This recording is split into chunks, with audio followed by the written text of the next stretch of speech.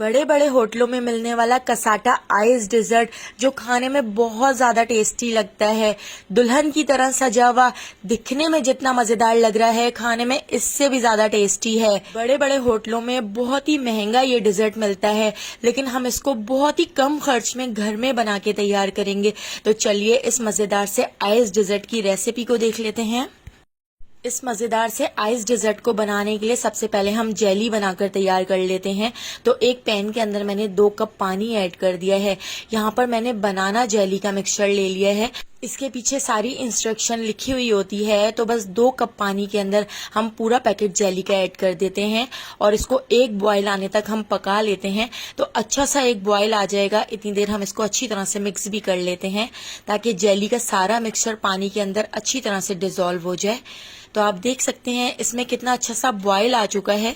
तो बस इतना बॉयल आने तक हमने इसको पकाना है। एक बड़ी प्लेट में इसको ट्रांसफर करके इसको फ्रिज के अंदर रखकर ठंडा करके जेली बनाकर तैयार कर लेंगे। अब यहाँ पर मैंने एक कढ़ाई ले ली है, इसके अंदर मैंने थोड़ा सा पानी ऐड कर दिया है। पानी ऐड करने से दूध नीचे लगेगा नहीं। अब हम इसके अंदर आधा किलो दूध ऐड कर देते हैं। कप से नापकर बताऊं तो 2 कप मैंने इसके अंदर दूध ऐड कर दिया है। दूध ऐड करके आप देख सकते हैं दूध को बॉयल आ चुका है। थोड़ा सा दूध मैंने एक छोटे बाउल में निकाल लिया था। तो इसके अंदर मैं ऐड कर देती हूँ बनाना कस्टर्ड पाउडर। आधा किलो दूध के अंदर 2 टेबल स्पून भर के मैंने कस्टर्ड पाउडर ऐड कर दिया है और इसको हम अच्छी तरह से मिक्स कर लेते हैं। तो ठंडे दूध के अंदर हमने कस्टर्ड पाउडर को पहले इस तरह से मिक्स कर लेना है ताकि इसमें गुठलियां ना बने। मैं यहाँ पर बनाना फ्लेवर का कसाटा आइस डिजर्ट बनाकर तैयार कर रही हूँ। अगर आप स्ट्रॉबेरी फ्लेवर का बनाना चाहते हैं तो स्ट्रॉबेरी कस्टर्ड पाउडर और स्ट्रॉबेरी जेली का पैकेट आप इसी तरह से बनाकर तैयार कर सकते हैं। तो आपका स्ट्रॉबेरी फ्लेवर का आइस डिजर्ट बनकर तैयार हो जाएगा। तो ठंडे दूध के अंदर 2 टेबल स्पून हमने इस तरह से कस्टर्ड पाउडर को अच्छी तरह से मिक्स करके दूध के अंदर ऐड कर लेना है। तो चमचा चलाते हुए ऐड करेंगे ताकि इसमें गुठलियां ना बने। बाद में हमने इसको ब्लेंड भी करना है। अगर गुठलियां बन भी जाती हैं तो कोई टेंशन की बात नहीं है, आप इस तरह से इसको मिक्स करके एक बॉयल आने तक पका लें। इसके साथ ही हम इसके अंदर ऐड कर देते हैं 2 ड्रॉप ग्रीन फूड कलर के, ताकि इसका बहुत ही अच्छा सा कलर आए, क्योंकि कसाटा डिजर्ट का जो कलर होता है वो थोड़ा सा डार्क सा होता है। तो देखिए इस तरह से मैंने इसके अंदर ऐड कर दिया है ग्रीन फूड कलर और इसको हमने अच्छी तरह से मिक्स कर लिया है। इसके साथ ही अब मैं इसके अंदर ऐड कर देती हूँ चीनी। आधा किलो दूध के अंदर मैंने 4 टेबल स्पून चीनी ऐड कर दी है जो बिल्कुल परफेक्ट होती है। तो इसको भी हम अच्छी तरह से मिक्स कर लेते हैं। तो आप देख सकते हैं इसमें एक बॉयल आ चुका है। इससे ज्यादा हम इसको नहीं पकाएंगे क्योंकि रखने के बाद भी ये काफी थिक हो जाएगा, काफी गाढ़ा हो जाएगा। तो बस इतनी ही हमने इसकी कंसिस्टेंसी रखनी है। तो चलिए अब गैस के फ्लेम को बंद करके इसको ठंडा करने के लिए काउंटर के ऊपर रख देते हैं। जब तक हमारा ये मिक्सचर ठंडा हो रहा है हम यहाँ पर अपनी डिश रेडी कर लेते हैं। कल मैंने एक केक बनाकर रेडी कर लिया था और उसके साइड मैंने इस तरह से कट करके बचा लिए थे। तो उन्हीं साइडों का इस्तेमाल करते हुए मैं इस तरह से इस डिश के अंदर इस तरह इस केक को सेट कर लेती हूँ। इस तरह से हम केक को तोड़ लेंगे और इस तरह से हम इसको फ्लैट कर लेंगे। अब इस डिश को मैं थोड़ी देर के लिए फ्रिज में रख देती हूँ ताकि ये अच्छी तरह से इसमें सेट हो जाए। अब यहाँ पर मैंने एक बाउल ले लिया है, इसके अंदर मैं ऐड कर देती हूँ हाफ पैकेट फ्रेश क्रीम का। तो हाफ पैकेट हम यहाँ पर फ्रेश क्रीम का इस्तेमाल कर रहे हैं। इसके अंदर मैं ऐड कर देती हूँ जेली का मिक्सचर। जो हमने स्टार्ट में जेली बनाकर तैयार की थी उसको मैंने इस तरह से एक प्लेट में सेट कर लिया था। इसको मैंने ठंडा करने के लिए फ्रिज में रख दिया था। आप देख सकते हैं कितनी हमारी यहाँ पर अच्छी सी जेली बनकर तैयार हो चुकी है। तो इसके अंदर देखिए मैं थोड़ी सी जेली ऐड कर देती हूँ। आप इस क्रीम के अंदर आधी जेली भी ऐड कर सकते हैं, लेकिन मैंने आधी जेली गार्निशिंग के लिए बचा ली थी और थोड़ी जेली हमने असेंबलिंग के लिए बचा ली थी। तो इस तरह से देखिए मैंने इसमें 3 टेबल स्पून के करीब जेली ऐड कर दी है और हैंड ब्लेंडर से हम इसको इस तरह से ब्लेंड कर लेते हैं। आप इसको ब्लेंडर जग के अंदर डालकर भी इस तरह से ब्लेंड कर सकते हैं। इस तरह से हमारी जो ये क्रीम है ये बहुत ही स्मूथ सी हो जाएगी। फ्रेश क्रीम फीकी होती है इसलिए मैंने 2 टेबल स्पून इसके अंदर पिसी हुई चीनी ऐड कर दी है। चीनी ऐड करके हम दोबारा से इसको अच्छी तरह से मिक्स कर लेते हैं। तो यहाँ पे हमारी क्रीम का मिक्सचर भी रेडी हो चुका है।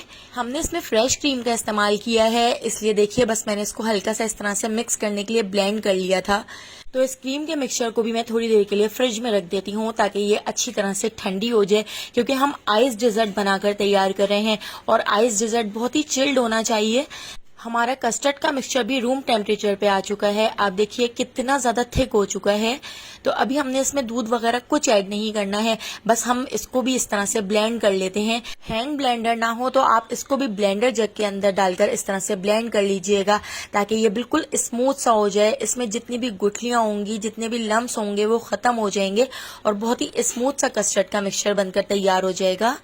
तो देखिए यहाँ पर कस्टर्ड का मिक्सचर भी तैयार हो चुका है, क्रीम का मिक्सचर भी रेडी हो चुका है और हमने डिश भी रेडी करके फ्रिज में रखी हुई है। तो चलिए अब हम इसकी असेंबलिंग करना शुरू करते हैं। तो यहाँ पर जो हमने जेली बचाई थी, तो जेली को देखिए मैं इस तरह से छोटे छोटे पीसेस में कट कर लेती हूँ। तो इस तरह से हम छोटे छोटे से स्क्वायर शेप में इसको कट कर लेंगे। तो डिश के अंदर अब हम ऐड कर देते हैं कस्टर्ड का मिक्सचर। तो कस्टर्ड के मिक्सचर को इस तरह से फैलाकर इसके अंदर हम पोर कर देते हैं। इसके साथ ही जो हमने जेली बनाकर तैयार की थी, तो जेली के पीसेस भी हम इस तरह इसके ऊपर रख देते हैं। तो बहुत ही मजेदार सा ये आइस डिजर्ट बनता है। अभी मैं आपको इसको जमाने का तरीका भी बताऊंगी कि किस तरह से आप इसको आइस डिजर्ट बनाकर तैयार कर सकते हैं। क्रीम का मिक्सचर भी हमने फ्रिज से निकाल लिया है, तो क्रीम का मिक्सचर भी हम इस तरह से इसके ऊपर डाल देते हैं। इसके साथ ही थोड़ा सा मैंने केक बचा लिया था, तो केक का भी चूरा हम इस तरह से इसके ऊपर डाल देते हैं। तो इस तरह से जब हम इसकी असेंबलिंग करेंगे और जब ये जमकर तैयार होगा, तो दिखने में तो बहुत ज्यादा मजेदार लगेगा और खाने में उससे भी ज्यादा टेस्टी होगा। और ये जो लेयरिंग आएगी ये तो बहुत ही टेस्टी लगती है। तो देखिए मैंने यहाँ पर 2 बनाना इसके अंदर ऐड कर दिए थे। इस तरह से बनाना को छोटे छोटे पीसेस में कट करके मैंने इसके अंदर ऐड कर दिए हैं। इसके साथ ही मैंने कस्टर्ड का मिक्सचर इसके ऊपर डाल दिया है। एक और बनाना कट करके हम इसके ऊपर इस तरह से डाल देते हैं। तो दोस्तों यहाँ पर मैं आपको याद दिलाती चलूं, अगर आपको मेरी रेसिपी अच्छी लग रही है तो लाइक करना बिल्कुल भी मत भूलिएगा, और अगर रेसिपी अच्छी नहीं लग रही है तो आप इसको डिसलाइक भी कर सकते हैं। अब मैंने इसके ऊपर इस तरह से जेली डाल दी है। बाकी की बची हुई जेली और क्रीम की भी हम इस तरह से इसके ऊपर असेंबलिंग कर लेते हैं। इस तरह से जब इसकी लेयर आएंगी ना, तो खाने में बहुत ज्यादा टेस्टी लगेंगी। तो देखिए सारी चीजें मैंने इस तरह से इसके ऊपर डाल दी हैं। तो चलिए अब हम इसको ऊपर से गार्निशिंग कर लेते हैं, क्योंकि हमने कसाटा डेजर्ट को दुल्हन की तरह सजाना है। क्योंकि ये जो कसाटा डेजर्ट होता है ये इसी तरह से ऊपर से सजा धजा होता है, ऊपर से दिखने में बहुत ही ज्यादा अच्छा लगता है। तो देखिए इस तरह से मैंने इसके ऊपर जेली रख दी है। कुछ मैंने रोज पेटल्स ले लिए थे और मैंने उनको इस तरह से सुखाने के बाद हाथ से क्रश कर लिया था। तो इस तरह से हम इसके ऊपर गुलाब की पत्तियां इस तरह से डाल देते हैं। तो आप जिस तरह भी इसको गार्निशिंग करना चाहें आप कर सकते हैं। मैंने इसकी गार्निशिंग इस तरह दुल्हन की तरह की है, ताकि दिखने के साथ साथ खाने में भी बहुत ज्यादा टेस्टी लगे। तो इसके अंदर मैंने इस तरह से देखिए बादाम डाल दिए हैं। तो यहाँ पे हमारा बहुत ही मजेदार सा कसाटा डिजर्ट बनकर तैयार हो चुका है। कसाटा आइस डिजर्ट थोड़ा सा जमा हुआ होता है, तो मैंने 5 घंटे के लिए इसको फ्रीजर में रख दिया था। आप देखिए पूरी तरह से ये नहीं जमा है, बस मैंने इसको 5 घंटे के लिए फ्रीजर में रखा था। आप देख सकते हैं ये पूरी तरह से तो नहीं जमा है, लेकिन इस तरह से ये आइस डिजर्ट बनकर तैयार हो चुका है। बहुत ही चिल्ड है। गर्मियों में ये चिल्ड डिजर्ट खाने में बहुत ज्यादा टेस्टी लगता है। तो यहाँ पर देखिए अब मैं आपको इसको कट करके दिखाती हूँ, कितनी जबरदस्त सी इसकी लेयर्स आई हैं।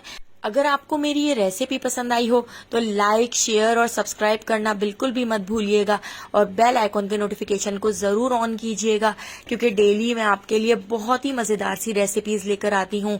तो उन सारी रेसिपीज का नोटिफिकेशन आपको फौरन मिल सकेगा और आप मेरी सारी वीडियोस वॉच कर सकेंगे। आने वाली वीडियो तक मुझे दीजिए इजाजत। अल्लाह हाफिज।